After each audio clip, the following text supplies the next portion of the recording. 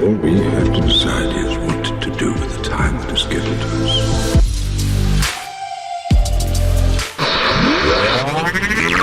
You've reached the internet's home for all things Masonry. Join On the Level podcast as we plumb the depths of our ancient craft and try to unlock the mysteries, dispel the fallacies, and utilize the teachings of Freemasonry to unlock the greatness within each of us. I have you now.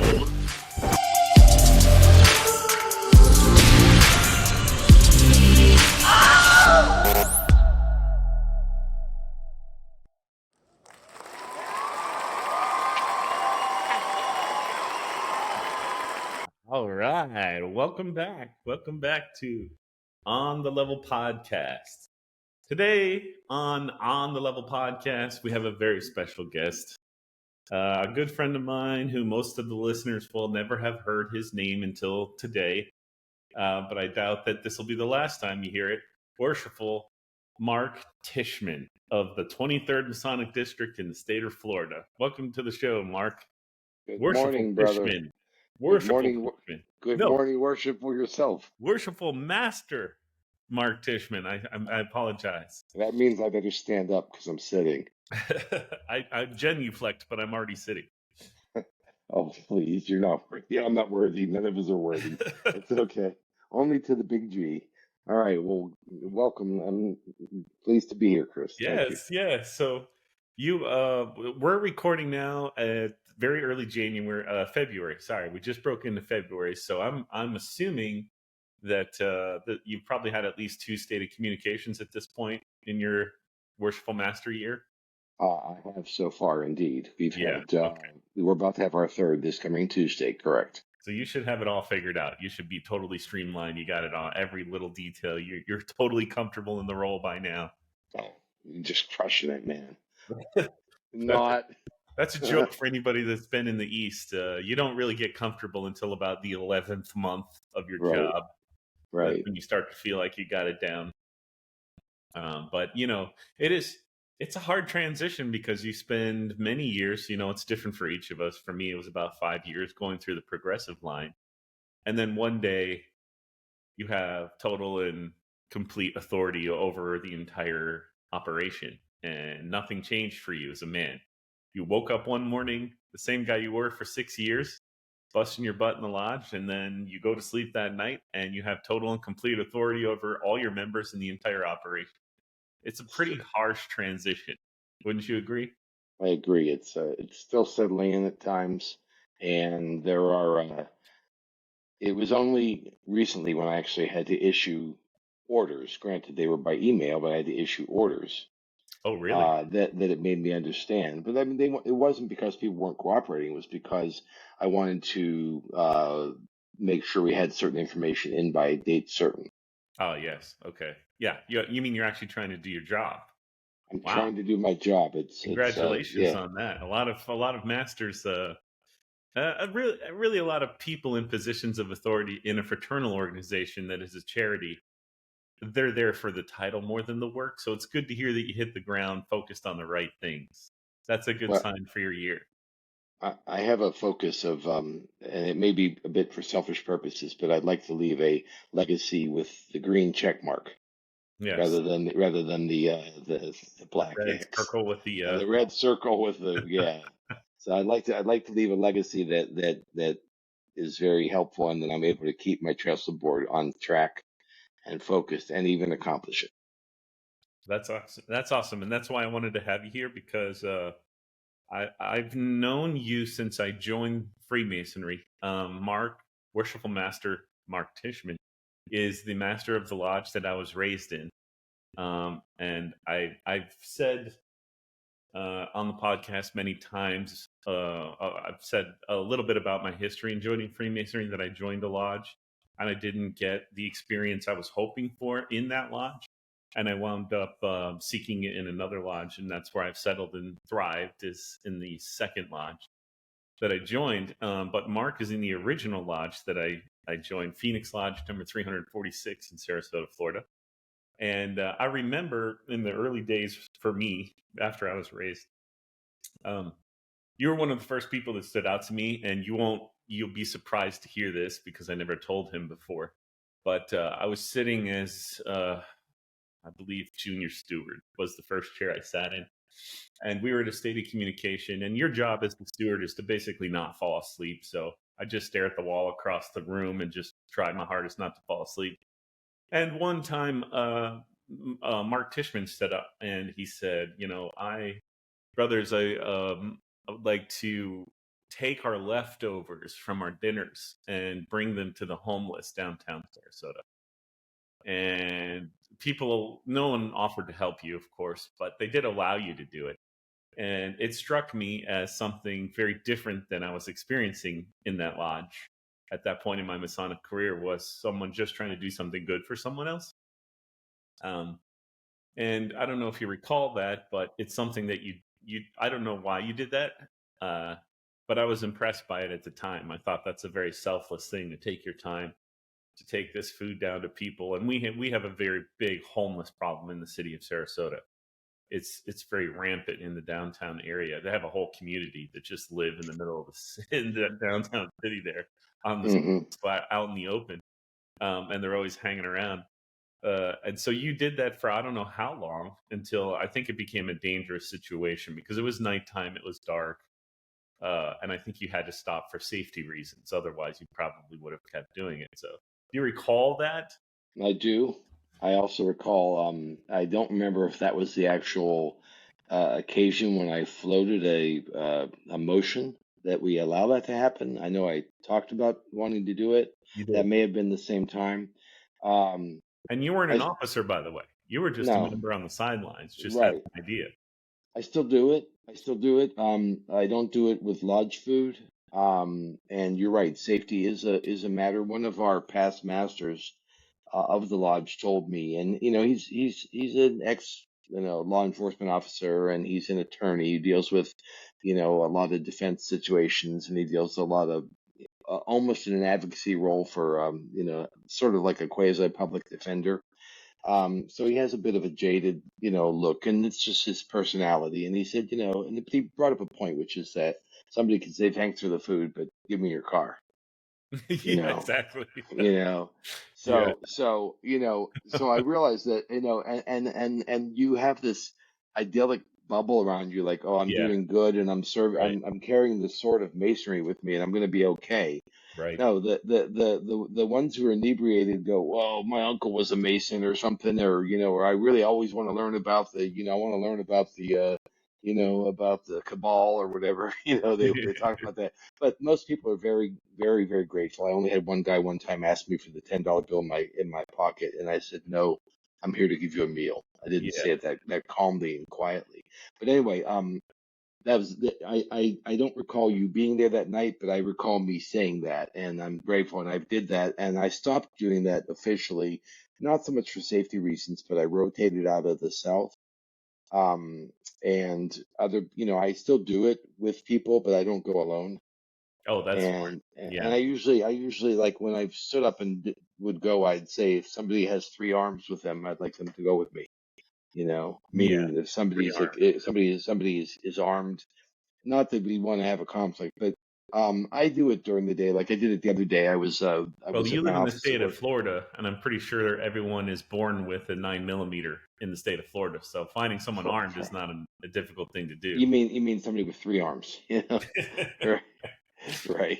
Exactly. And then some. Yeah, I do. It's interesting. Yeah, a lot of people are, and I'm sure we have people in the lodge who have Oh, kids, carry we permits, absolutely do. and I was at your lodge for doing a lecture or something in a degree one night, and guy's gun fell right out of his jacket in the dining hall. Gun slid oh, across great. the floor. Ooch. Ow. I was like, Glad thing it was on safety. That would have been a problem.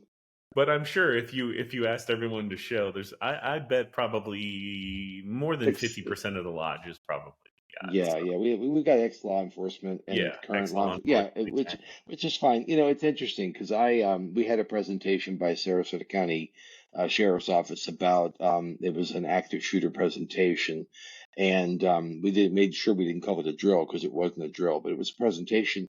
And I realized, in this day and age, it doesn't hurt because, especially with, as you know, there was a lodge in Florida that was burned Yeah, by someone that was a frustrated Mason. There have been at least one homicide of yeah, Masons outside lodges. yeah, So I'm fine with it. And we've even gone as far as having conversation about having certain people who are really good at that yeah, strategically placed through the lodge. Again, it's really unfortunate, and I'm not here to discuss the political scenario so much as it's unfortunate that we live in a day and age when that is part of the reality, more for children than it is for us. yes, But we do have to consider the fact that if somebody wants to get into that building while we're there, it's not impossible to get in there. And even though we all know there's a Tyler, and the Tyler has a sword, but that doesn't mean he's an excellent marksman, you know. Um, yeah. so the point is that I'm comfortable with that. But anyway, I kind of going down the digression from the downtown. The downtown was I had people, I've done it before, um, and I brought to my masonry this feeling of giving. I really, really, really feel very, very tuned in to, we call it, the great architect, my higher power, whatever you want to choose to call it, God, whatever. I feel very tuned in and plugged in when I'm able to give and give for the right reasons. And I think that is a very common thread for people that join the fraternity. They want to be part of something bigger than themselves.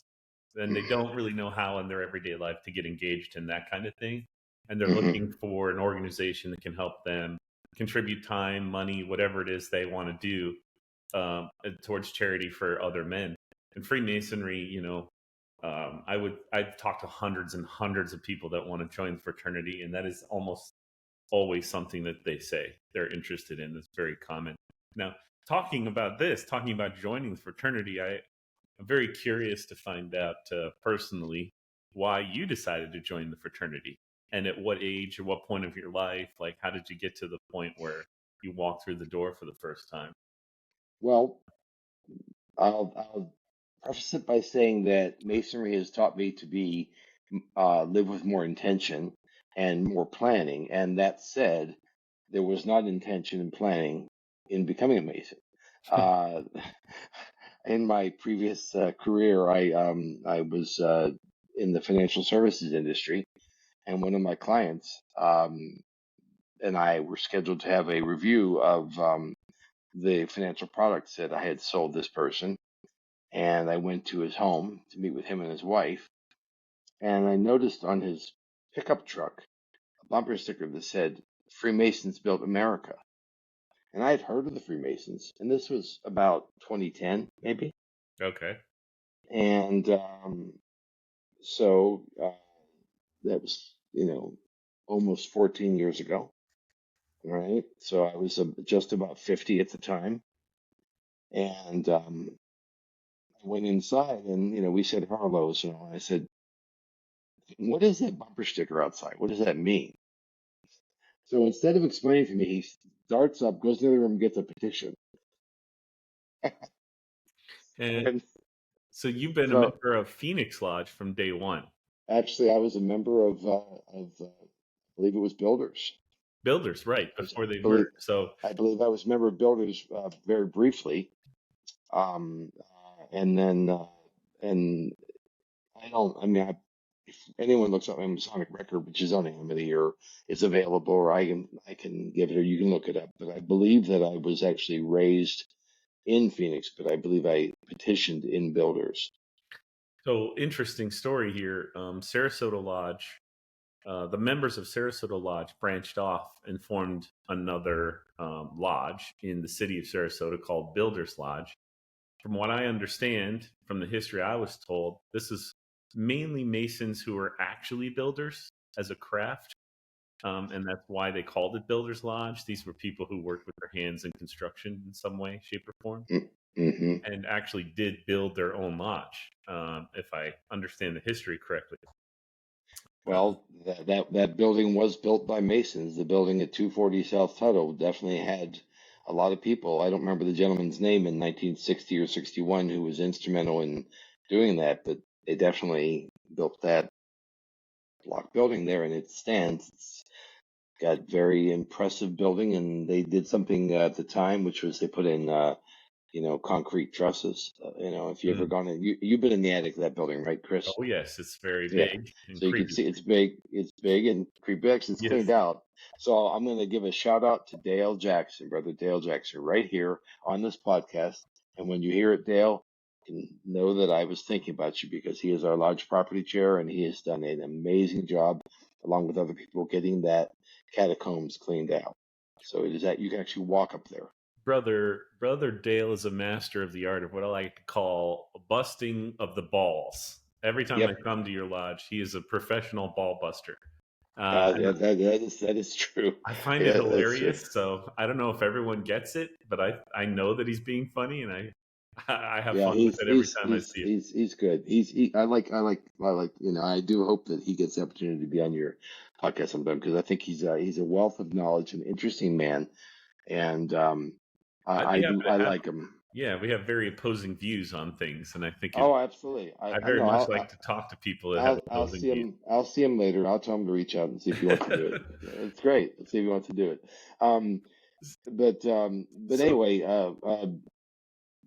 I digress. But a lot of people built it, and that I didn't know that. You just told me something I did not know, by the way. yeah, The so fact it was it built by gets even builders. more fun. So, Sarasota Lodge had enough of a massive membership after a group of them splintered off to form Builders Lodge. Another group splintered off and formed a lodge in honor of, I think, the only member of Sarasota Lodge that ever became a Grand Master of the state of Florida, Carrie B. Fish. Not quite, not quite. There was the fellow in Punta Gorda was also a grandmaster, I Well, I believe. mean, for Sarasota 147, Oh, yes, yes. the only member we had become a grandmaster was Carrie B. Fish, who was an attorney Right, in town at the time, right, right, and he was fortunate enough to be the grandmaster and laid the cornerstone at the courthouse downtown and the school in Sarasota, all in right. 1923, somewhere around that time, and Yeah. so after he passed, they formed a lodge in his name, and now we had 3 lodges in the city of Sarasota. And over time, I believe Builders Lodge had money, or they had money and not members because they sold their building and had money. And Carrie B. Fish was meeting in the same lodge as Builders Lodge and didn't have much membership. So one lodge had the money, one lodge had the membership. They were struggling independently, and they wound up merging into a new lodge that became known as Phoenix Lodge. Phoenix, the rising from the ashes, Phoenix, which is Right, the logo of Phoenix Lodge 346. right. And that's so Mark is telling you that he came in under Builders Lodge and then must have been raised somewhere around the transition of that merger. Our first our transitional worshipful master was Niall Davenport, and then after Niall, his son Michael took over, and Michael took over for basically the second half of the year, and I believe Dutch Nyer was our first full year master Yes. in Phoenix Lodge. Isn't it wild that now your picture's going to be on the wall after this year and the same legacy of all of those other masters from those other 2 lodges? It's really interesting you mentioned that, and I'm looking for it to be a very long time before there's a black stripe across my shoulder. You know, explain what that means to people. You know, in the lodge, I'm sure a lot of brothers in your lodges, that when you see a picture of a past master on the wall and he has a black ribbon, it means he's laid down his working tools and Yeah. gone to the celestial lodge in the sky. But I don't know. You're right. It is interesting. I will be with these guys. Yeah. It's something that never really, I didn't ever think about it, I'm one of those I keep my mind focused on what's right in front of me and the goals I've got to achieve, and I'm hyper focused on those things. And Hmm. when it's over is when I realize, whoa, I did all that stuff. Whoa, this stuff happened. And that's when I realized, I think, when I left the East was, well, we moved our past masters pictures into the lodge room Hmm. before I became master. So I was the first master of Sarasota Lodge, and they've been around since 1905. They got to sit and preside in the East, and I would just spend half of the entire meeting looking at the past masters staring out at us. Mhm. And that weight really, it weighed on me heavily. I recommend, if you can, get your past masters history pictures in the lodge, because it elevates the whole experience to think about how many men poured so much passion and energy into this place that you're now presiding over. And it really does make you think twice before you speak or make a decision. You like don't want to let those guys down. And it's interesting you say that. I'll tell you. Um, I've thought about that, and in leading any good organization, you have to pick your battles carefully, right? Yes. Now we are unique in the fact that we have a rental building. Our Yeah. building is owned by the Scottish Rite of Florida. The Valley of Tampa actually owns it. It may be titled differently, but it is the Scottish Rite Center of Sarasota. So as tenants, um, we have free reign to do what we want. But I come from a business background, and so the business person in me says, you know, um, there's not a ton of incentive to pour a lot of money into a building that you do not own, nor will you ever own. Right. But we are still its stewards and its custodians, and we want to take care of it. Hmm. So there are in that building, for those that haven't been there, in what used to be the street entrance lobby, right off of Tuttle Avenue there, and that was where people used to enter back when in the day. Now everybody enters through the back parking lot entrance now, but um, there are pictures of past Scottish Rite people and shrine people, and the consensus has been to move all the pictures from the social hall of Carrie B and builders into the hall and leave the Phoenix Masters in the fellowship hall. So that's what I wanted them inside, but it was recently that somebody told me, and it was a successful Mason said to me, when you're in the East, actually it was 2 days ago, I had a past Grandmaster of talk to me, and we had lunch, and he said, it's a benevolent dictatorship, but the ones who are the most successful run it as a consensus-based democracy, We and that's what are I try to do. we are servants of the craft as masters. We are servant Right, leaders is how I always looked at it. We bear full responsibility, but we defer all decision making to the brothers of the lodge. correct. We are only there to break a tie if they can't decide. Really, it's their It, lot. that that's a great way of looking at it, and that's why it's difficult for me to uh, want to find myself in a position of therefore I rule and this is my rule and I It's a order horrible way this. to I look try, at it. Yeah. yeah, I only do it if necessary, and it's Yeah. really something I don't. In my installation, once I had been given the jewel of my office, and as everyone knows, the the the square of the master, that it hangs in a way that the point is facing up and the arms are facing down. I physically held it in my hand and lifted it up to show that it is an inverted triangle as well, and that I am on the bottom and I am there to serve. And that Nice. was the method I chose to use that allegory, right, to speak about. Very Masonic. But Very Masonic way to explain it. That's how we like to learn, through allegory and I symbols. You made a symbol out of it. made a symbol out of it. It was servant leadership. I talked about it, and it has been pointed out to me that I'm but a conductor. I'm but an orchestra conductor, and I just have to be to make sure that the triangles and the bassoons get along and play nice in the That's right. stand together. That's right. I You mean, know, this is how lodges succeed. So I don't want to dwell on any negativity here, but I've repeatedly talked about my early experiences in Freemasonry and how it wasn't right, pleasant for me. right, And I don't want to say names. I don't want to talk about any specific years or instances, but I will say right. this is a Masonic thing that is, it's not just a one lodge problem. This is I think it's a general, not even just in our jurisdiction, but globally an issue, Hmm. is that we have a progressive line and a beautiful system of shared ownership over our lodges, and Hmm. um, it's a dangerous thing when past leadership tries to maintain control after their time is over. And Hmm. when you've got, for example, secretaries or other past important roles that past masters should fill, because they're obviously the best ones for those roles. They understand the lodge workings better than anybody. Right. But I've seen lodges where those people try to maintain control of the lodge and not let the active officers run the lodge as they see fit, versus lodges that respect that. And I was just talking to Jeremy Barnes yesterday about this. And Hmm. he said, he realized what being a master was when he turned to who is ultimately the most powerful Mason in DC, was his secretary. And he asked him a question, and the secretary said, "Don't ask me, it's your lodge, Worshipful Master." Which And is the best. That's great. That's a that great he said answer. that really taught him, like, oh, I'm on my own up here, I need to run this thing. But a lot of lodges aren't like that. If you ask the secretary the question, he's more than happy to answer that question, take control, or even not wait until you ask the question, just tell you what to do. Hmm.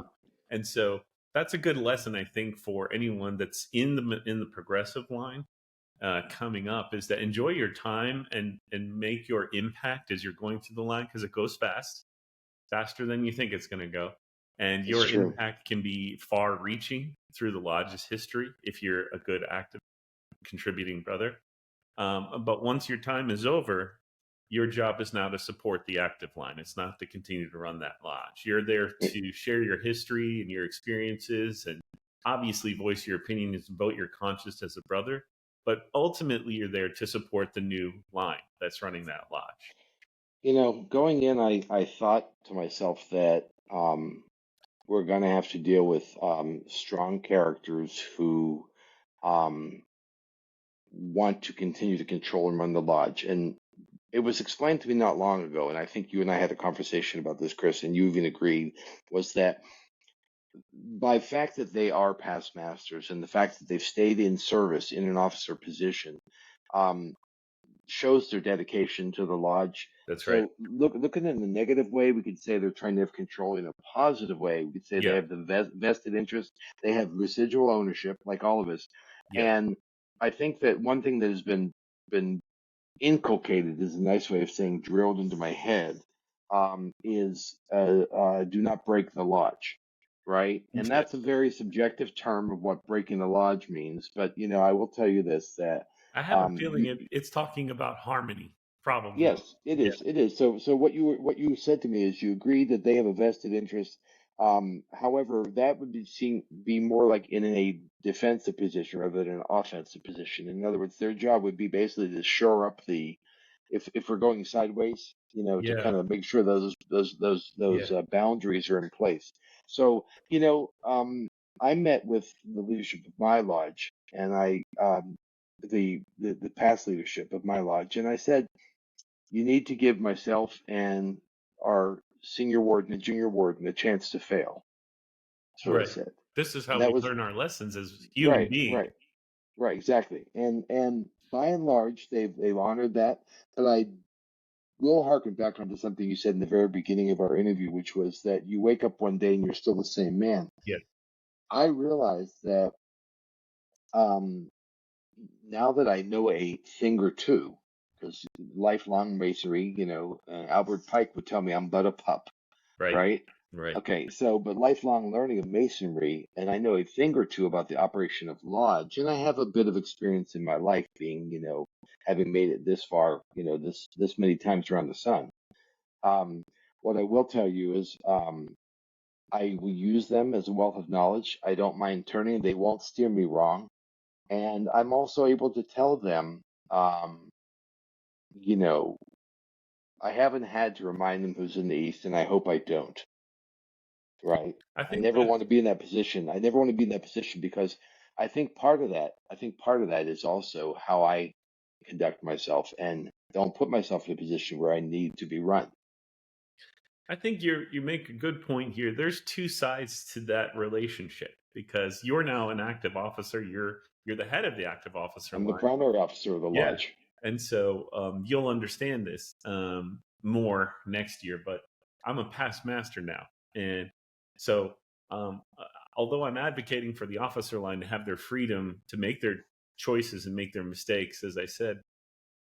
And the past master's job is ultimately to support them.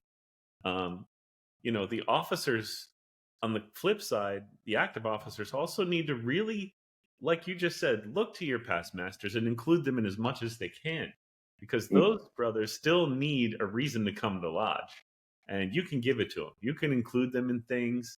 You can ask their opinions on things. You can Mhm. ask for help and guidance, and that's what they're there for. That's how you have a good relationship, is that both Mhm. sides are doing the best they can in their specific roles, and they're engaging each other. And Mhm. I think that's what makes a healthy lodge. And It hopefully, is. yeah. It And I is. know that There's you're saying you're doing that. You're actually having lunch with these people, asking opinions, asking for support. And now they've got to do their job and give their opinions, but respect that you're making the decisions now when the my, decision comes. you're right. My position is that nobody knows what it's like to be a worshipful master except a worshipful master or a That's right. past master.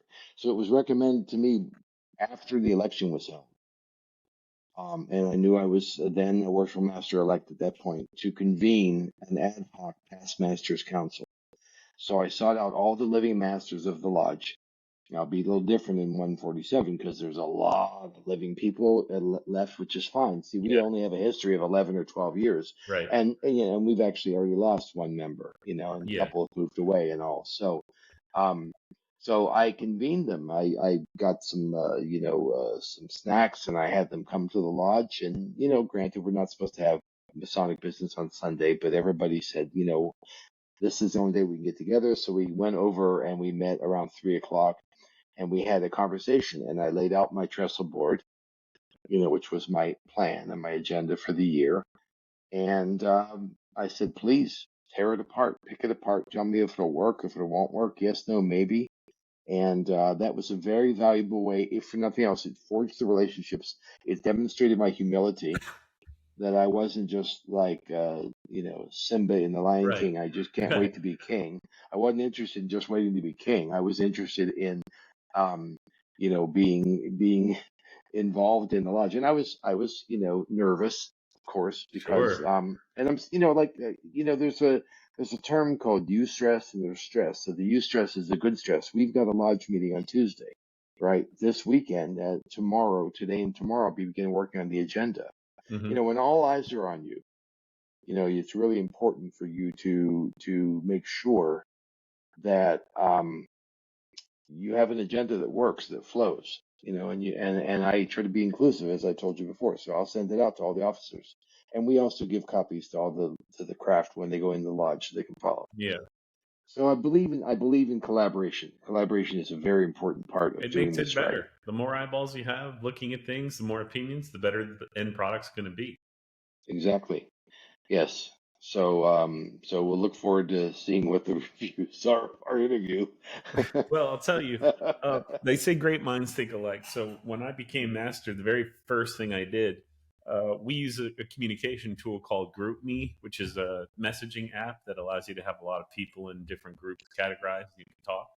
And Right. our lodge has one. I'm sure your lodge has one. We do. But I made a new group called the Past Masters Advisory Council, and I put every living past master in that GroupMe, and I used it a lot in my year. Every time I had a kerfuffle pop up or there was some dissension and I was like not immediately sure what to do. And you can't go to the craft with all this kind of stuff, but you can Right. past masters. And they loved hearing it and Hmm. being able to share their opinions privately, right? This is just between the past masters. Right. And now I'm a member of the past masters council and I added the new master into it. And hopefully this is a tradition that they'll carry on for some time, just letting every master have this like advisory council in their back pocket, because wow, what a wealth of resource of information you have of That's those true. It's brothers. true. And and the list will grow. That's great. and That's like we no, that's said, that's we want smart. to include them. They're an important part of our lodge, and so let them shine in the role that they're in, which is Hmm. advising the master and I helping him think through it's his year. great. I think that there's a lot to learn from everyone, and the more diverse we are, the more people we bring in, um, the more Even though we have this unity of purpose, the more experiences people bring in, the more you can draw on those experiences, you know? Well, what a And great transition to the next subject I have for you. all You right. you did that perfectly. You said you mentioned the word diversity. So Freemasonry, and this podcast was built for originally for people that aren't Masons yet. I wanted to talk about Freemasonry in such a way as to make it understandable to someone that's not a Mason that's researching, because there's too much Hmm. nonsense out there. And Hmm. so when we talk about Freemasonry, the first thing we talk about is that it is not a religion. And this fraternal organization, although it mandates in order to be a member, you must believe in a higher power than yourself and an eternal salvation, for example. Hmm. It does not dictate what flavor of religion you take on. Correct. And so it is quite inclusive, and that diversity strengthens us as a group, in my opinion. I run a company, and diversity of opinion, of age, of upbringing, of socioeconomic status, those variety of experiences and opinions make the end product so much stronger when Hmm. you can get input from each of those groups into the end product. And so Right. I believe it's the same in our fraternity. With the more diverse range of ages and people and ethnic backgrounds and socioeconomic status we have working together, the better our end product is going to be to society. And I only bring that up because you are actively in the state of Florida, which mandates that a Christian Bible be present on its altar at all times during any stated or called communication. And you yourself are a man of Jewish faith. Hmm. And, that makes you a minority in the state of Florida, in my opinion. Uh, You're no, by fact, not opinion. It's fact. and so I have so many questions for people in that situation, because I'm not. I'm born white man in upstate New York and Christian. My mom taught at the Sunday school, and I was a Presbyterian growing up, and that's all I knew. And so when I moved to Florida, I became subjected to a lot of different things. Uh, Hmm. I worked at Disney, was my first job, and Disney's like 70% gay. So that was a huge Hmm. culture shock for me, coming from Hmm. conservative upstate New York to 70% gay. It took a Hmm. minute for me to get my bearings, but let me tell you, Hmm. I'm a better man today for having experienced the diversity that I did in my life. And so I know the benefits of embracing diversity. And so whenever I get an opportunity to talk to somebody that's not of my flavor of life, I Hmm. really want to ask questions, a lot of questions. I'm very curious. So would you mind if we talk briefly about that topic? Not at all. I'd be Okay. happy to share. So when you came into the fraternity, was it explained to you that you were going to take an obligation and you can choose your book of faith when you do that? Was that It was presented to you as it an was option? not. It was not. Oh, okay, that's And knowing now what I know, I would have selected what we call the Tanakh, yes, yes, which is the Torah in a bound form. You can't bring a Torah onto the altars because they don't travel too well, and there's all kinds of conditions in which they travel. But you can bring this book, which I have, and it is the Torah, the entire Torah in a printed bound form. Had I known then, I would have used that. So, and it is difficult because we don't. You can't really blame necessarily the lodge that you're initiated in for that, because we don't ask. We don't. When you No, come we don't to us, ask. we We don't don't say, know. "Hey, are you Jewish?" We don't do that. No, we don't ask. And the rule would have still had been there that the Christian Bible was there, but I Right. could have had that as well. I noticed recently a picture of Vice President Kamala Harris when she was being installed and sworn in. There was the Christian Bible, but there was also um, I do not know if she is converted. I know her husband is Jewish.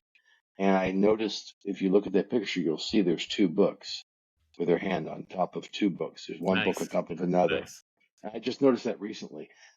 So I was told I could have done that. And After the fact. but the way I all of us in our lodge, and I probably is this way in the lodge that you were past master of, are given a Masonic Bible. Yes. And that Masonic Bible, even though it has a whole lot of interesting information and nice pictures and a gold leaf binding and everything, Yeah, it's it beautiful. is it is the St. James Bible, and inside there is the first 5 books of Moses, which Sure. is the Holy Scriptures. It is the Holy Right. Scriptures. That is what I grew up with. So once I learned that, I didn't ask for a redo or take two. Yeah. I said, okay, it's there. I'm installed. I'm raised, and I took my obligation, and my hand was in the right place. And more importantly, my heart was in the right Yes. place. So here's what we have to do as masters of our lodges is be observant. So I was master last year, and we initiated 20 some guys. One of Hmm. those guys I observed wearing a yarmulke, Hmm. and he was there for his installation, or he was going to be initiated that day, and he was Hmm. there just relaxing, and he was sitting so I could see it on his head. And so I walked up to him and said, "Excuse me, I noticed your yarmulke. I'm presuming that you're Jewish, of the Jewish faith." And he said, "Yes, I am." And I said, "Well, we actually have, you're going to take an obligation today." He was an odd fellow. And apparently the odd Hmm. fellows go through a very similar practice to what the Freemasons do. So he was immediately knew what I was about to ask him. And he said, "Yes, I do." And I said, "Okay, we happen to have a Tanakh. We have a Bible. We have the Quran. We have all the books under our altar. So if you'd like, I can pull it out for you when you take your obligation." He said, "Yes, please." Good. So the only reason that happened for him is because I was observant and I inquired. It's Otherwise, it, it wouldn't have happened. So, unless aware master would have said only the only person who can have their head covered in the lodge is the master. And actually, in the digest in not true. Florida, it does clearly state in the digest in Florida that a person who wears a head covering for religious purposes may keep their head covered. Absolutely. Yeah. So, And he did. He wore his yarmulke, and every time he came to lodge, and for every degree he took, which is great.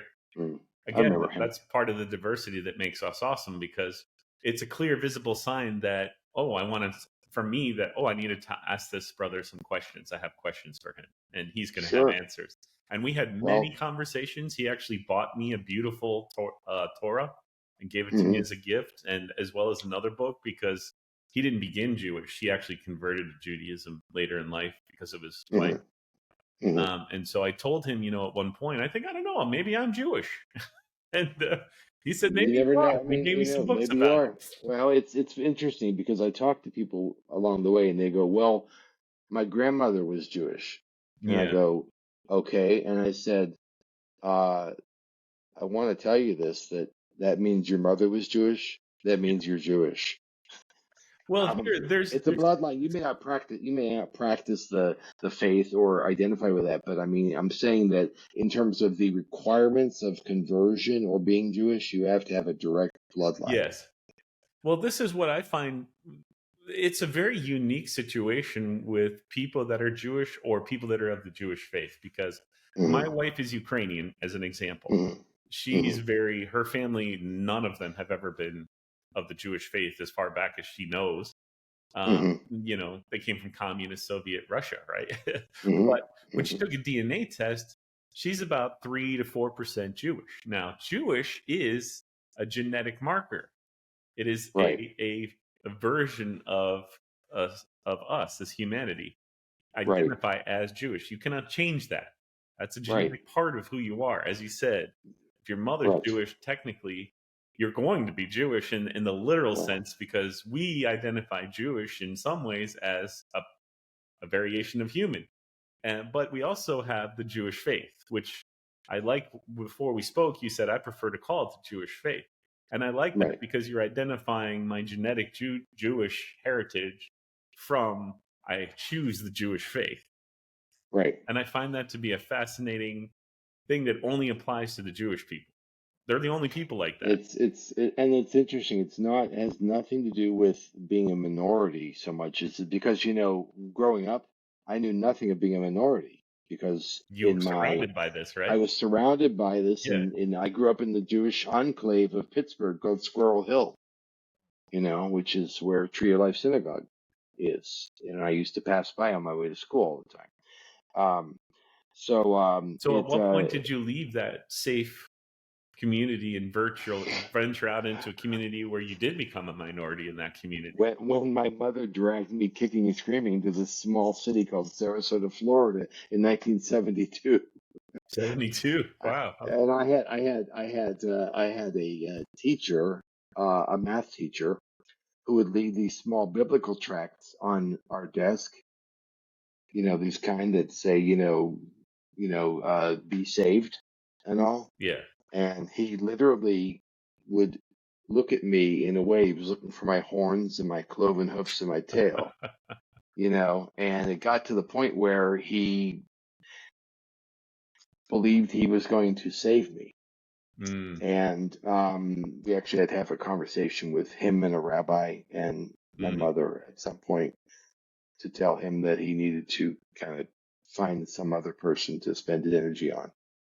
And so we are in the South, even though Florida is a very diverse place, and that will also lead me to one place I want to go with my masonry. But we are in the South, and we are very diverse in a lot of ways. But we are still, even though we are a nation founded on Judeo-Christian principles, we are a Christian nation.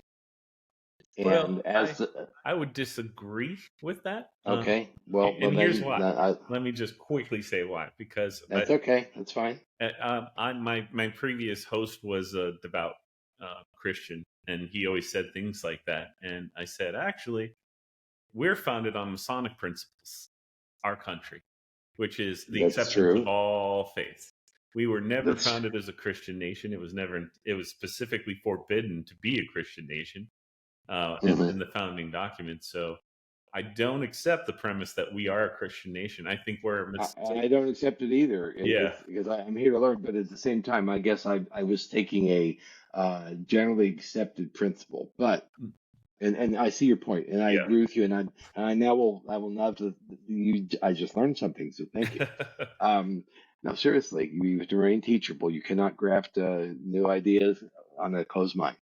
So I'm an open mind, But I open get what book. you're And saying. Like the predominant religion in our country, for sure, is Christianity. No one doubts. No one can question that. I don't right, think that is right. a fact. And that's what I found when I Yeah. moved to Florida, and it is that way. So, I visited a lodge I visited the Grand Lodge of New York. Have you been? I've never been to the Grand Lodge, Okay. but I can. The Grand Lodge, New York. I've been to the Grand So Lodge in Philadelphia, which is pretty impressive. New York is just as impressive, and I had a opportunity to meet with a brother who functions in the role of a docent. And we met, and we by appointment, and he's of the Jewish faith. He invited me to a Jewish lodge that meets online to be part of. Yeah. And there are the past Grand Master of Wisconsin told me of a lodge that he uh, was a member of in Wisconsin, that was in Milwaukee, that was all Jewish folks. Mm. So I came into Masonry not knowing much. Background wise, I came from a broken home, and my mother was busy surviving and she did her best to inculcate Jewish theocracy in us, but more importantly, we got Jewish values, Mm. there are so many parallels in Masonry, in the Really? Jewish values. So Yeah. Well, I believe it. have you heard, just be a mensch, okay?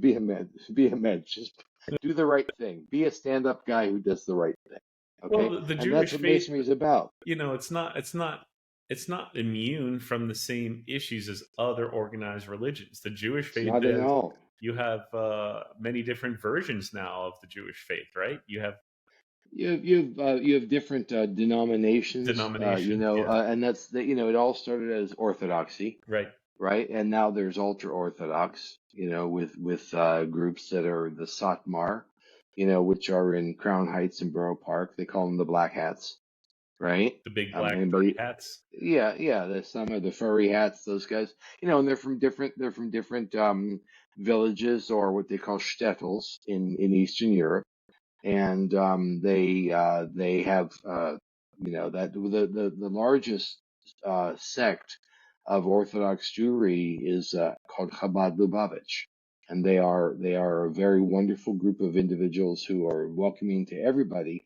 kind of like Masonry. They welcome everybody of all Jewish denominations.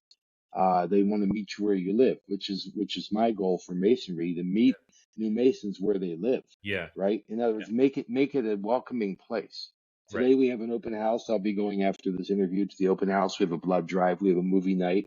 So we meet people. We get to see people there. But I wanted to make sure I touch on the other ones. And so then you've got conservative Judaism, Reform Judaism, and now there are a couple of things called humanistic Judaism and different forms, and they're really just they're almost amalgamated blends. And then you have a sect called Messianic Judaism, which are Christian people that follow Jewish ethos. They use the Torah, they learn Hebrew, those kind of things, but they are at their core Christians, and their savior is Jesus, which is fine. What? And So how are what do you you mean? still Jewish? I don't, because I think it's you are when you say you are, I suppose. So, I mean, to me, the main difference between Christianity and Judaism is that the Christians kind of picked up the football that the Jewish left and carried it further and said, "Here's the rest of the story. Now, this is what happened That's after." one way of looking at. That's one way of looking at. I've never looked at it in that analogy. I think it's that the Kind of like, you oh, know how now the I don't know. Scottish Rite tells us, a lot of the Scottish Rite degrees talk about, like, after the fall of Solomon's temple, what happened. Like, you're Right, you're making the rest new of the stories story, and the rest of the story, right, that. right. But it's Yeah, founded on Judaism. I mean, Jesus, Christians, it blows their mind when you say Jesus was a rabbi. Like, he was a rabbi. I hate to tell you, he was a Jewish rabbi. yep, That's how he lived his life. That's who he that's was. right. That's Um, right. there was no I think Christianity at the time. it's really interesting too, because for a couple of reasons. Uh, as you know, one of the things we make a point of doing in Masonry is looking for our similarities and our differences, Yes, right? yes. But what people do forget is you can have conversations Hmm. in the fellowship hall about religion and politics. You can have those. You just can't have them in open lodge. This is a So this is a mistake that people make. They think that Masons can't even talk about that right, stuff, right. and that's not true. Yeah. I mean, that diversity is what makes us. In terms of diversity, I mean, I have this great goal for a plan for the summer of some diversity. But once you, if you have, I'll tell you, or I can go right into that. Go Whichever for one. it. Tell me. Okay.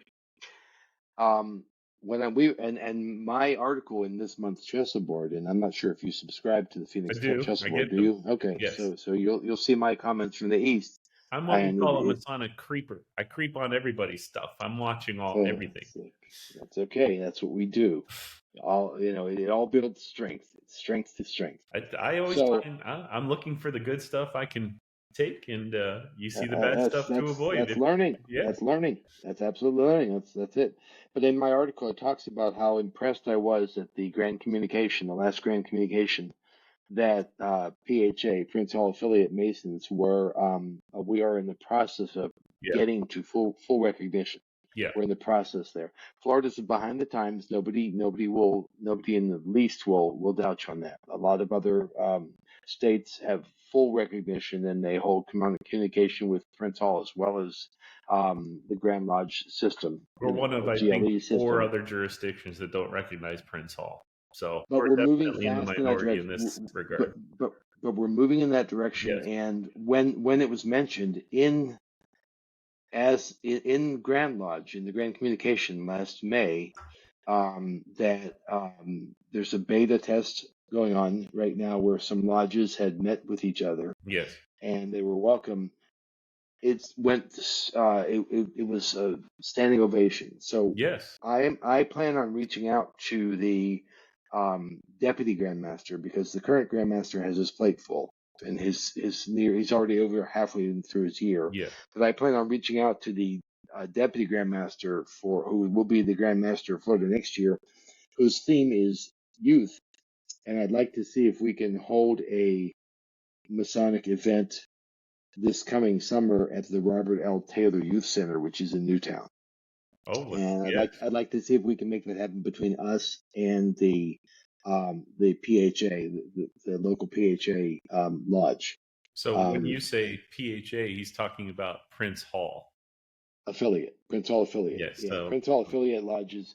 Prince Hall Masonry is the Black community's mhm, masonry, and it's very well organized and very proper, and mhm. um, they do a really good job in their masonry, and uh, their Grand Master, I believe his name is Most Worshipful Jeffrey Taylor. I believe that's his name, if I understand correctly. But he's very committed to working with our Grand Master Yes. now to see if we can get to that place, and we are getting there each year. We're getting Oh, yeah. closer, and I would highly imagine within 2 years, hmm truly, mark my words, Seems that like we will that's have full reasonable. Yeah. recognition. We will have full recognition, So by and the time it's about time. 2026, we'll 2026. finally have full Yeah, recognition with each other. right. Yeah, Hopefully. by the time I'm living in North Carolina, exactly.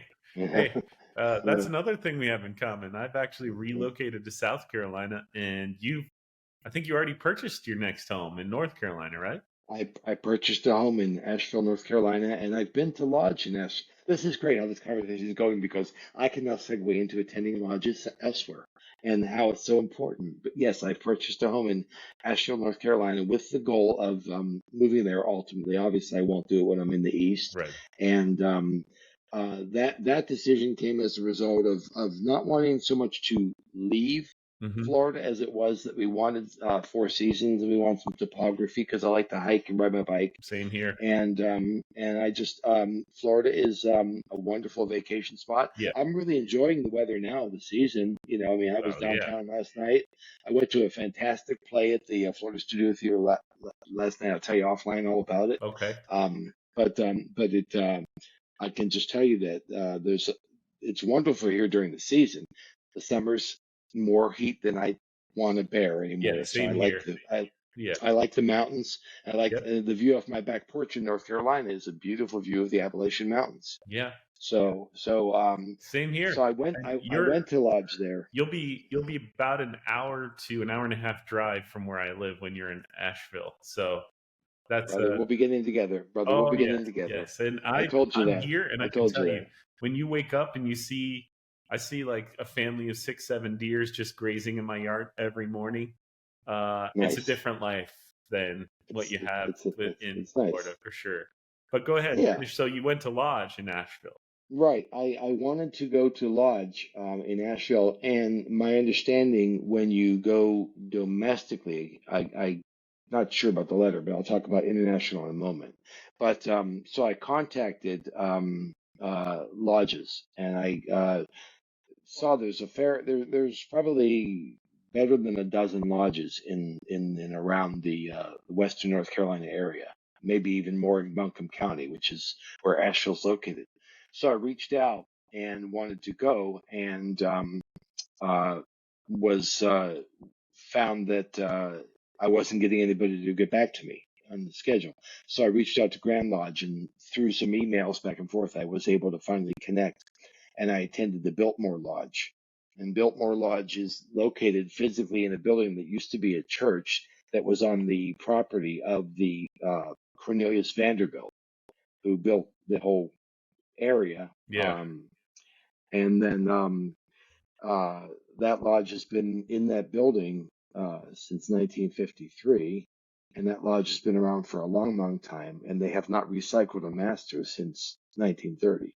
there you go. Strong. You know, That shows that's a strength. strong lodge. Yeah. And I learned a lot. I learned a lot from them. I did some things. I was really impressed when I first went in. They didn't know me from Adam, so they took my dues card, and they took me in a side room, and they had me provide do cards and signs, They tried and you. they tried me. They absolutely tried me, and I passed the Masonic trial, You were not denied. and I was not denied, and I was admitted, given entry, and then a couple things I noticed on top of it, and I am obviously careful because I don't know your podcast is open to the public, so I won't violate This is anything. for But the public, yes, so be careful. right, I will, of course, of course. So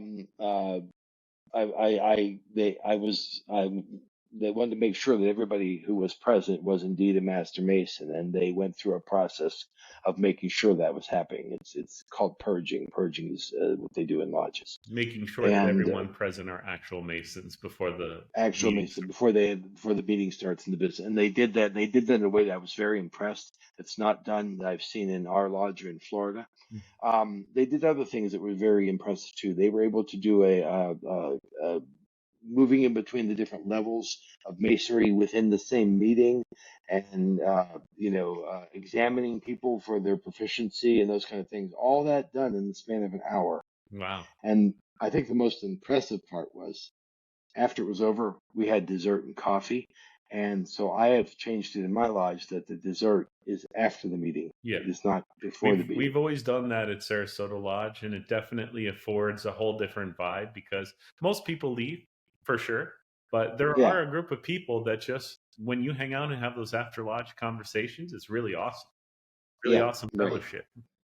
Right, exactly. We do something else also at Phoenix, which is interesting, is that we in the agenda it's called good and welfare, but we after the closing gavel, we circle up, we all hold hands, and we look to the left and we tell the person one thing we appreciate about them. And that circle goes around and you walk away going, it's just something. And remember, we're diverse and there's, I like that. It's a good thing. We enjoy it. It's important to say that you're doing that after the state of communication. You're not Which can be altering contentious. Florida work or anything like that. Right. That's Right. after. No, exactly. And it can be after the gavel drops, and it can also be sometimes meetings are contentious, and sometimes there's personalities involved, and it's a good way to clear the slate. Yeah. Right. Yeah. The other thing the thing I was really impressed by in North Carolina was they did that circle up. But the senior deacon, rather than have that thing where you look to your left and tell each person what you thought of them, the senior deacon recited the closing charge by memory. Mm-hmm.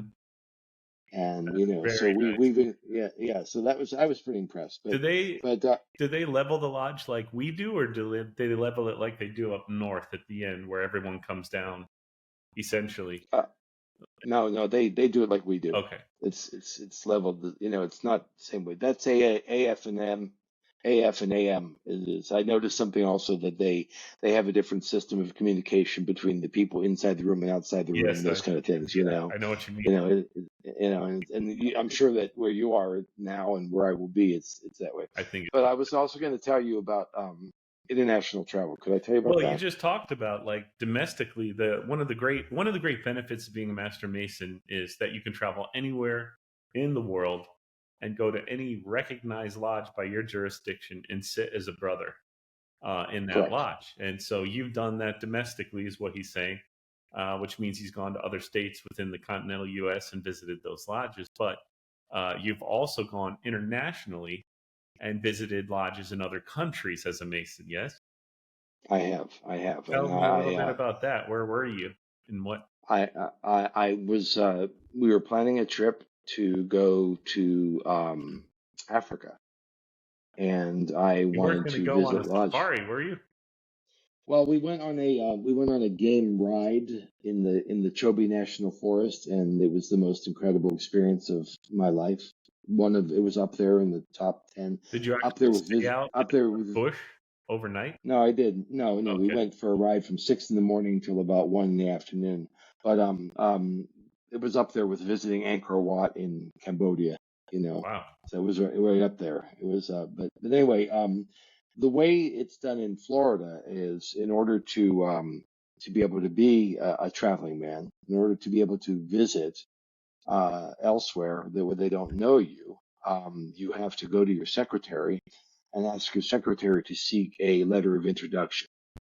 So that letter of introduction comes from the Grand Lodge, and it is signed by the Grand Secretary and given to you. So you have to. So for those brothers that want to do such a thing, don't rely when you're traveling internationally on the strength of your dues card alone. That's not going to be necessarily the right thing to do. So get that letter, and that process you want to start at least 2 or 3 weeks before disembarking on your trip.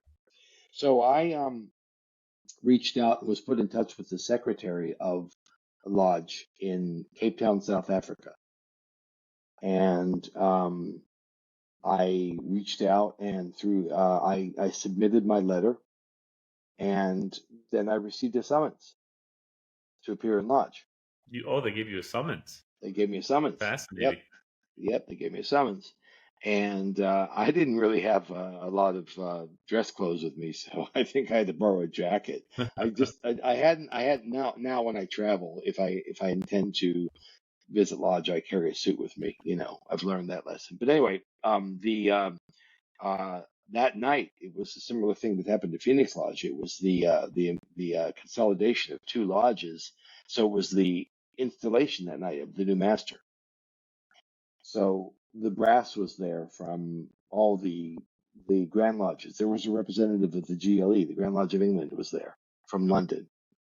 There was representatives from the Grand Lodge of Ireland, Grand Lodge of South Africa. So there was 4. There was bagpipes. There was a kilt. There was a person wearing a kilt. There was gauntlets on the arms. It was pretty special. Yeah, those gauntlets are awesome. Yeah, it was pretty special. So this is an incredible building. They have an almoner, they have an assistant tither, they have an assistant secretary, they have a lot of officers I never heard of. And the lodge room is beautiful. I don't know if you ever saw the article I sent, Chris, but I'll send you the link. I can find it of my pictures, my visit to the lodge. But anyway, no, I haven't seen that. I'll show you the page. It's wonderful because it's an old building that has been around since 17 something, and it's right where Parliament is, right on the grounds of Parliament, basically. In Cape Town, South Africa. In Cape Town, yeah, exactly. So we had and a few other lodges meet there, and I took a lot of pictures. I'll make a point of doing that, getting you those. I went there and they welcomed me, and I kind of wound up with like a mentor that evening who I kind of palled around with. But I saw some really impressive things. I saw the chamber where they prepare candidates, which was just incredible.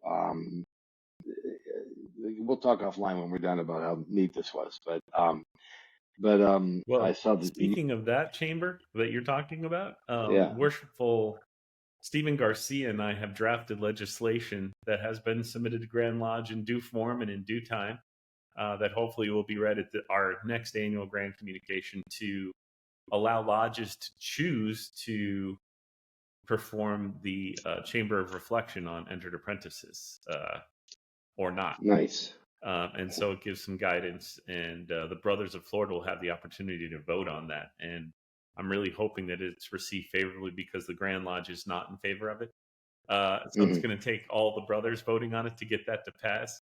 But I had suspected you may be talking about something along the lines of Chamber of Reflection. I am. And this Chamber of Reflection reminded me of a bank vault. The door was built in 17 something, literally, and it was about 18 inches thick, and it was a round room that would be lit only by candles. Yeah, right. And it was a pretty incredible space. Be typical of a Chamber of Reflection, and then there would be certain things present that would make you really focus your attentions on certain aspects that Freemasonry wants to focus your attention on.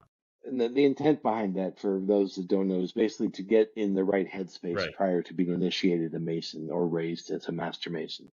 So I saw that, and anybody who goes on the internet can learn about the Masonic furniture. So certain the things that we're used to in the lodge, the symbols were in there, and they were beautiful. The flooring was beautiful. The organ was gorgeous. And it was just a really lovely, lovely lodge, and we enjoyed it. And not really understand. It's really interesting. So they I was telling myself to bring levity to the situation, but they asked for there was fellows of the crafts there was entered apprentices, and they were all retired, and then they asked the only people who should stay are masters, and I thought they meant Master Masons. sitting masters. And what they meant was people who were actual worshipful masters should stay. So I wound up staying in a meeting, and they when they found out I was not a sitting master, a couple people were cross, and the guy next to me said, "Don't worry, you can't unring a bell," you Right. know. Yeah. So it's not, it's not like you're gonna go out and tell things, but Was there but anything then we had terribly secret in there? Did you feel like you got some kind of no? Okay, no, just not a at all, not traditional at thing all. then. Not Just traditional thing. yeah. But then after that, we went into the chamber next door, which was where they served a meal. And what was amazing was it was almost like a table lodge at that point because there was a whole lot of toasts with alcohol. And I never understood the term. They'd say, "Gentlemen, be upstanding." I was like, "What? I already am upstanding." No, everybody gets up and they stand up, Oh, you know, right? They'd say, nice. "Gentlemen, be upstanding," and then they hit it, and then everybody up there, and then they toast.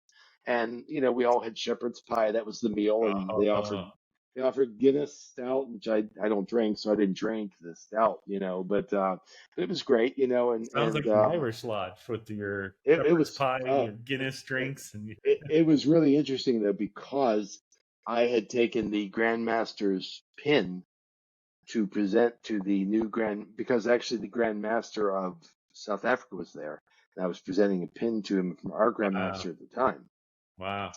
And I kept wanting to be a stand up and do my thing, and they fit me in. I was the very last person right before the Tyler's Oath, and by this time everybody was quite happy. At this point, they Ah, were all quite toasty, And so I'm standing there giving this pin to some people that were, oh, thanks, you know. it's good that So they warmed the crowd up for you before you they got warmed the to crowd then. to the tune of about an hour and a half of toasts. Yeah, you know. I was So so my last recording session was yesterday, and I recorded with Jeremy Barnes, the creator of the Amity app, and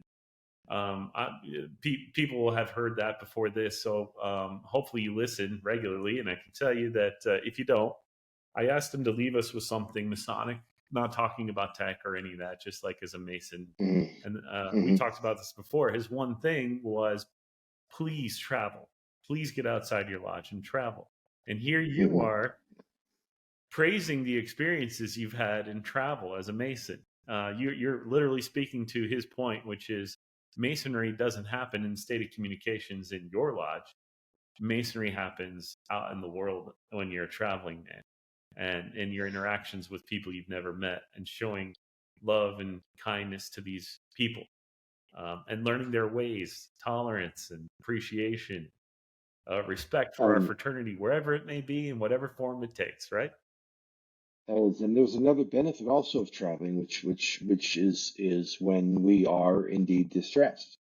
Hmm. I was going to I'm in the insurance adjusting business, and I was headed to a storm in uh, Texas, You were headed where to a they had what? flooding. A storm in Texas. A storm? I was well because I'm an adjuster, insurance adjuster, Oh, and okay. so Yes, yes. we work storms. We Okay. work storms, and so I was heading to a storm in Texas, and there was no place to stay. So I called a local lodge, and I had a brother offer me either a place in his home or he knew somebody who had a hotel. They can get me a hotel.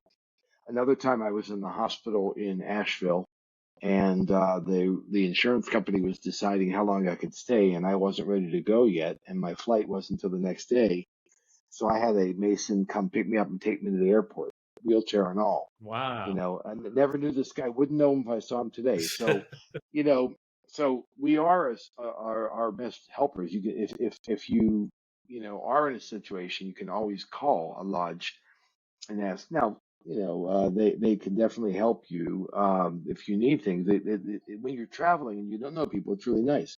I've had Masons, help me out before, and I will help them out anytime I come to their awareness, Yeah. whether they're distressed or not. I'm happy to help a Mason whenever I can. I mean, that's as we started in the beginning of the interview. I told No, you, I'm a giving person. I like to help. that's something that people say and hear all the time, like, I'm happy to help. I'm happy to help. But when you say it and you're a Mason, it's something different. last year, and you're going to experience it this year, as the master, they contact you when someone passes away to arrange funeral services. And so Mm-hmm. I had the opportunity to talk to many Masonic widows last year. And something I impressed upon every single one was, listen, we are here for you now. The way that we show our love for our brother is to support you. This is a tenet of our Mm-hmm. fraternity. And so it would be our honor if you would call us. If you need your lawn mowed, if you need your groceries picked up for you, if there's anything we can do, we're waiting for an opportunity to show our brother how much we love him by helping Mm-hmm. you. And so when you say, I'm happy to do it, you mean you're happy to do it. You want an I opportunity do. to show your I love do. through an act of service to somebody. That's true humility, and that's you when you want to serve somebody else, there can be no agenda. What do you hope to get in return other than there's nothing, you know. Yeah, and it's not just There's a thing in Judaism that talks about there's a term called a mitzvah. You ever heard the term of a I mitzvah? am familiar with Okay, this. Yeah, a mitzvah is a good deed, and yeah, there's over 600 of them, and one of the highest ones you can do is um, to be buried in the manner of uh, anonymity, which is important in the Jewish faith. That's where they talk about a plain pine casket. They talk about being buried in a shroud, being washed. The people that wash you are called the Hevra Kadisha, and that is the Society of Friends. Mm. And when you are doing that act of humility of washing your fellow deceased brother with others while prayers are being said, you're doing something for that person that he cannot repay you. Right. There's no way he can repay you. So that is the ultimate act of brotherly love. Yeah, You're doing for somebody. I love that. Right? And so if we carry that into Masonry, a lot of faiths do a ritual washing prior to burials. The Native Americans did, the Muslims do, the Hindus do, the Jews do. I don't know if other faiths do or not, but all I can say is that that act of humility, that act of service, and we can do that in Masonry. Today, for instance, I'm going to do something of service that can be repaid. I'm going to donate blood. I haven't donated blood in years. We have the bloodmobile at our lodge. As soon as we're done with the interview, I'm leaving, and once I eat something, I don't want to faint, but we'll that's the way we give back. So Masons give back. We do. And that's what we should brothers. We need to continue to do that. Yes, because it is through giving that we receive only. that's right. You gotta, if you want to keep it, you gotta give it away. That's the deal. This is people like to say Masonry takes good men and makes them better. I always have told people my take on Freemasonry is that it provides men the tools to make themselves better if they choose to use them, because that's a more accurate description of Freemasonry. It's true. But one of the quickest ways to improve yourself is doing things for other people that don't involve you, benefiting from them. That's how we improve as people, is learning humility. Honestly, it is a big part of becoming a better person. And so, this is where the confusion of charity and Freemasonry comes in, because Freemasonry isn't a charity. We aren't a 501(c), right? Right. We're correct. not an official charity. We're a fraternity, which is different than a charity. We fall under the 501(c)(3) in Florida of the Masonic Charities of Florida, but that's for charitable purposes. But we are considered a fraternity, a charitable fraternity. Right. So we're not a charity in the sense that this is our driving purpose, but our driving purpose being to make good men better. You can't do that without acts of charity. And that's why Freemasonry is well known for its charity, because it's just a part of our system of making good men better. And charity, the lowest form of charity is giving your money. The highest form is giving your time, because you can't get that back, like you said. Right. You can get money back. You can always make more money, but you can't make more time. Right. Exactly. That's exactly right. So that's a perfect way to wrap it up. Well, we're not No. wrapping up yet. Now we're an hour and All 20 right. in, and we do need to. I know I want to be respectful of your time, but I do have one more question for you that I wanted to Well, ask good. you. So I'm assuming this part will get edited out. no, Okay. no, not at all. This sentence right here. We Okay, go keep it ahead. real, man. My guess, you try to Oh get yeah. away, I'm going to pull you back in. No. This is you're listening to Chris and Mark Roth. Okay. My Go question ahead. for you is my goals when I joined the fraternity, and I saw what I saw in the beginning was I want to become the master of a lodge, and I want to do this my way. And I did those things, and now I'm satisfied. I have no desire to seek any further officer positions or titles in the fraternity. I now Mhm. am going to be the podcast guy and the traveling man. That's my role in Freemasonry now. But what are your goals in Masonry? Now that you're the worshipful master, for some people, this is just the beginning of their Masonic journey because they have many other goals. So, what are yours? I'm curious. Well, over the years, I thought to myself, would I like to be a district deputy grand master, or would I like to join the grand line? And I've spent more time now going. Masonry has worked for me in the sense that it's helped make me a better man, and so I want other things in my life. I want to go back to my writing because I am a writer, Same here. so I also don't desire further office. Yeah. I've already in the corporate world, when you get the tap or the nod, which is like, would you like to go up the ladder? I've had that happen in the corporate world. I've actually had that happen in the Masonic world. I was asked at Grand Lodge if I'm free to travel with the Grand Master's party, Right. and I turned them down. Yeah. I know they look for capable people who are at a place in their life, but I also realized that at a different time in my life, I would have been so honored and yeah, I'll do it no matter what. I wouldn't have thought of the consequences. Well, I like my marriage, you know. So, So, um, it's funny you say that. We have a Mason in our district.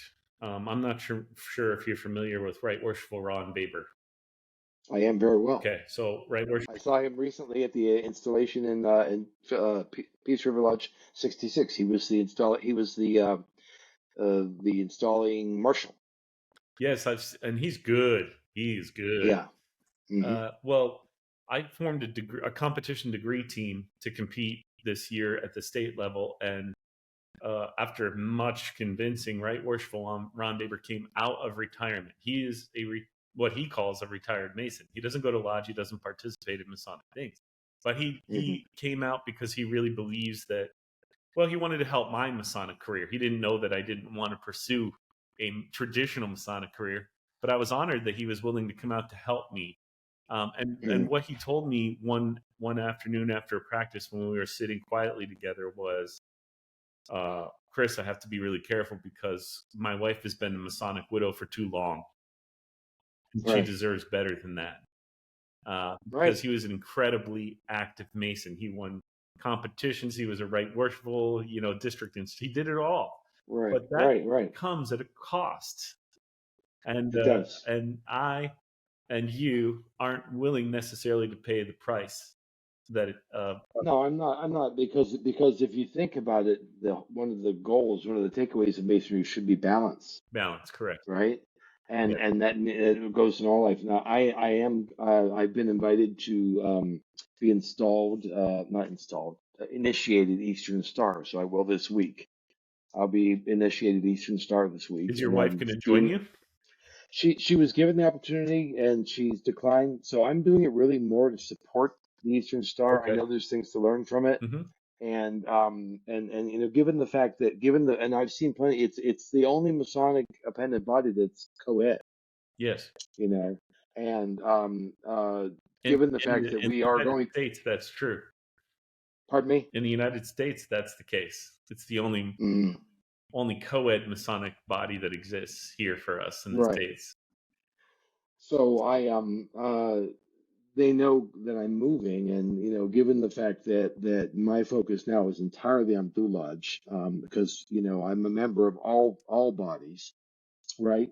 But at the same time, My focus is on Blue Lodge right now. When I am done with this, I would like to focus my efforts on Scottish Rite. Yes. That.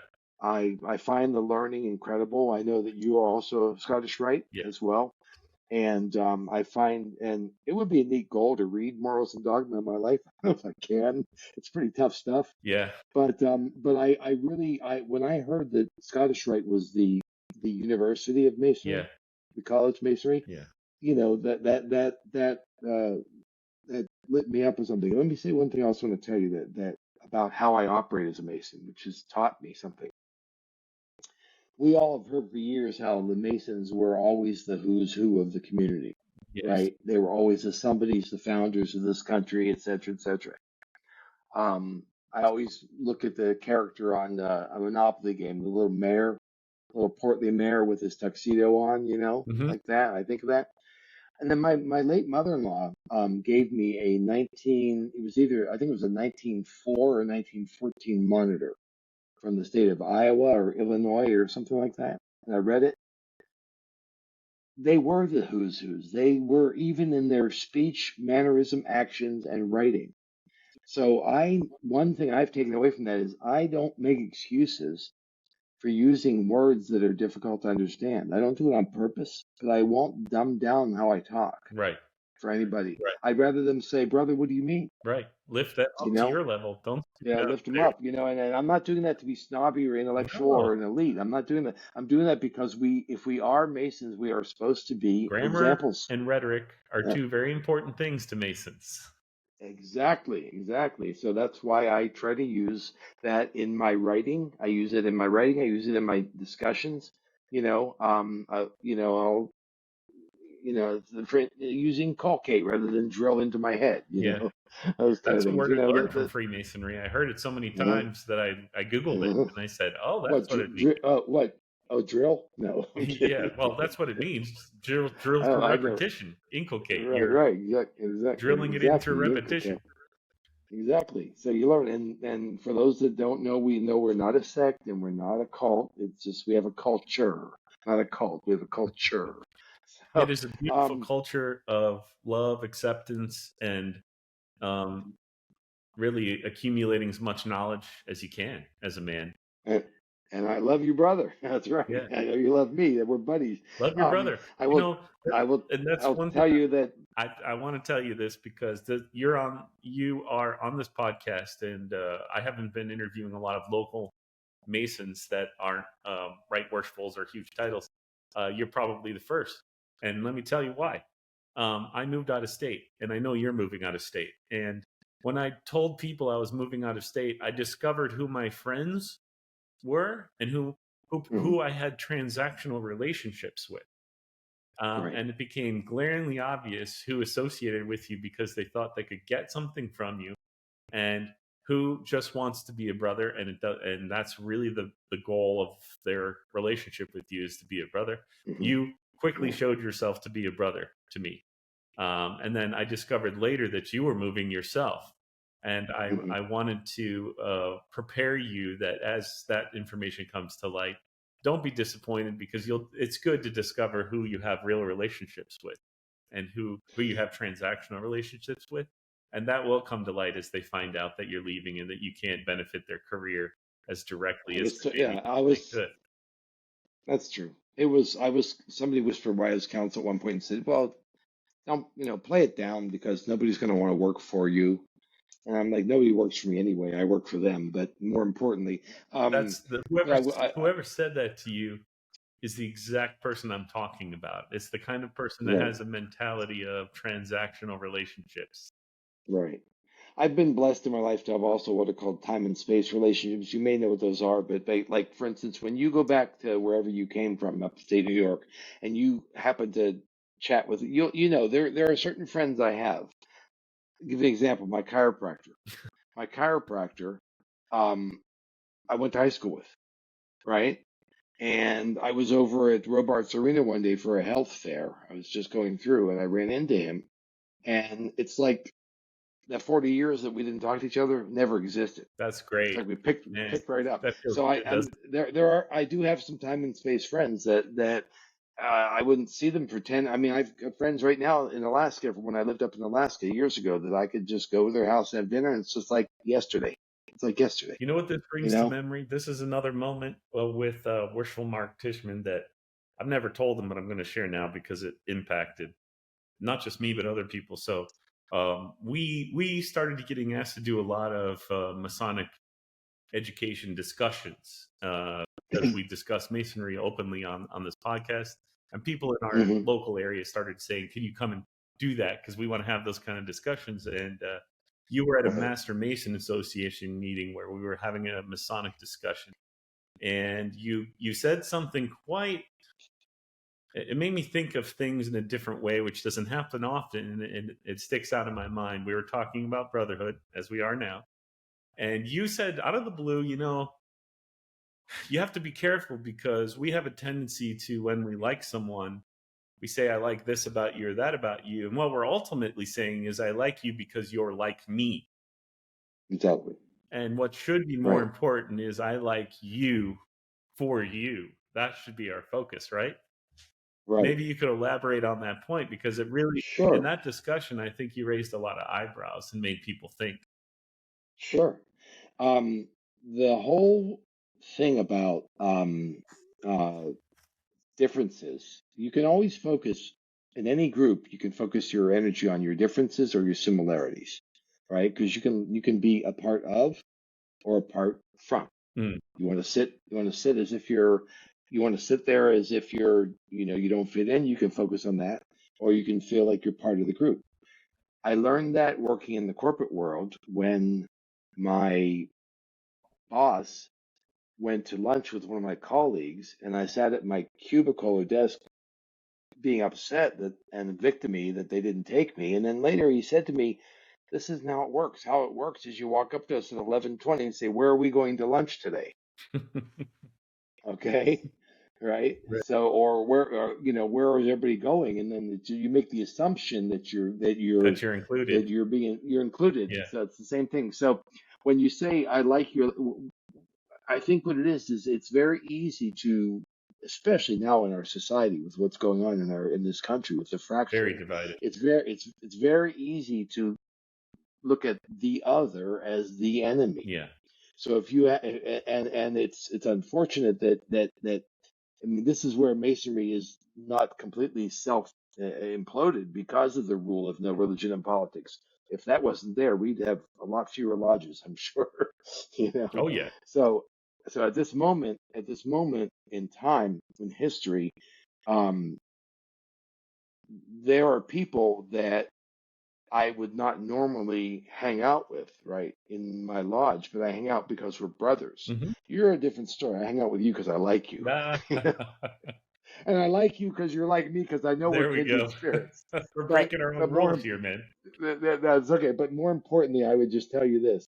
I would just tell you that this concept of being like somebody, it just means that you don't see them as the other. Yeah, It's not that you're like me so much as is that whole obstacle piece isn't in there, that whole security piece isn't in there. yeah. So and just also when people change in their life, because we are human beings, we're like plants, we change. People, you could say, I no longer like that person. And it may not be because you moved away or whatever. It just means that they've gone down a path that doesn't resonate with you anymore, Right. and therefore you choose not to invest your energy in that relationship in the same way you did. I think that's the safest way to say it. Yeah, that's a kind You way of know, saying it. Yes, you know, I you appreciate know, that, and you I know. mean, it's a good. We need to think about these things um, because this is part of us improving ourselves, is to recognize who we are as a people. Because some of us, we all have biases that we can't really help. Um, it's just part of being a human being. It comes back from our agrarian days Yeah. when you would, I mean right now where I live, you talk about the deer, right? In your yard. Okay, where I live in Asheville, there's black bears, Ooh. right? Black bears are the other. I am the other to them, right? I walk outside. We're not going up and saying, "Hey, buddy, you want to come over for No. dinner?" No. They'll go, "I'll come over for dinner. I'll be happy to come over for dinner with my 4-inch claws." Yeah. Sure, I'll be happy to come over for dinner, Um, Only you your know, meal. so, right, exactly, exactly. So the point I'm making is that there are plenty of the other out there, and the challenge in Masonry, which is the opportunity as well as the challenge, is to have all these the others become our brothers as opposed to our others. I like that. I just made it up. Well, you know, this is why we have a group of different people. You're a little older than me. You've taken more trips around the sun. You've had more experiences than I have, and so you've accumulated a certain amount of wisdom, and you pass that on to people, so that I don't have to. Maybe I can learn that lesson without having to have the painful experiences you had to get to that point. You know, learn from as a current sitting master, and I will join your group of past masters. We can always say, what do you do? I mean, perhaps people, even in this podcast, would not have known how to travel internationally had I not said about the letter and the secretary. You'll be You know? amazed at how many things you've said today will resonate, and people needed to hear that at this moment in their life. I'm always surprised at the things people take away from this podcast, and we do it because of that. People need to hear things, and they need to feel like they're not alone. And It's great. They need positive reinforcement about the fraternity, and that's why, although we both had negative experiences, I think we didn't even have to have the conversation. Neither one of us wants to focus on those negative experiences. We want to focus on they're not productive. how can we help? What can we do to talk about the future? And I said going into my to my year, I said at an officers meeting, I say all the time, and I learned this from Right Worshipful Tom Haber. My He man. said if people come, Tom's a good guy. He's good people. You know, he's one of the most humble servants I know. He's a great man and a great Mason, and God willing, we can convince him to get into the Grand East at some point. That would be neat, you know. I mean, but anyway, he taught me that when people are going to come at you all day long with problems, and he says, brother, don't come up with a problem unless you have a solution in the other hand. That's right. Otherwise, Otherwise, I'm a sounding. Otherwise, all I am is a sounding. You're board. just bitching if you don't come with a solution. Right. You're just bitching. Exactly. And there's no point in just bitching. You better think about it before you come bring that problem. Exactly. I mean, and what's your solution? And I've practiced it already, even with people that I don't necessarily get along. And I said that, and I said, "What's your solution?" And the person, sure enough, came back with 3 solutions. Beautiful. That's beautiful. You taught them to think before they speak, which is an important part of being a better man. Okay. Here's what's going to happen. We're over an hour and a half in now, so I understand I have to cut you loose. I can't keep you forever. I do appreciate you. Well, if your wife and you were making breakfast, I'd be there in a second, and I will come back. I can smell it, and that is part of the reason I want to go. Oh man, you're lucky. We're both early birds, and so we got up early and started recording before my wife woke up. But I've heard her preparing something up there, and I can smell it a little bit. But I do want to say thank you for coming on the podcast. I really appreciate it. Very grateful for being invited. Yes, it's our honor to have you here. And I really want to give you the opportunity here at the end to speak to Masons throughout the world who might be listening to this podcast. You know, you're now the master of your lodge in Sarasota. You're a 60-something-year-old man at this point in your life. And, you know, what would you like to share on the way out with those Masons out there listening? Just the everyday Mason who's not maybe even an officer in his lodge. He's just a Mason. What would you share for that brother out there? And I'm going to do this so you have time to think.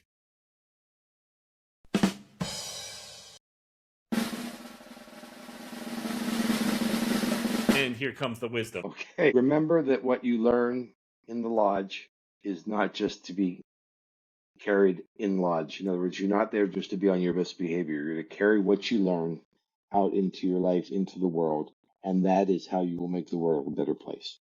As my grandmother said, love is like sunshine. There's always plenty to go around.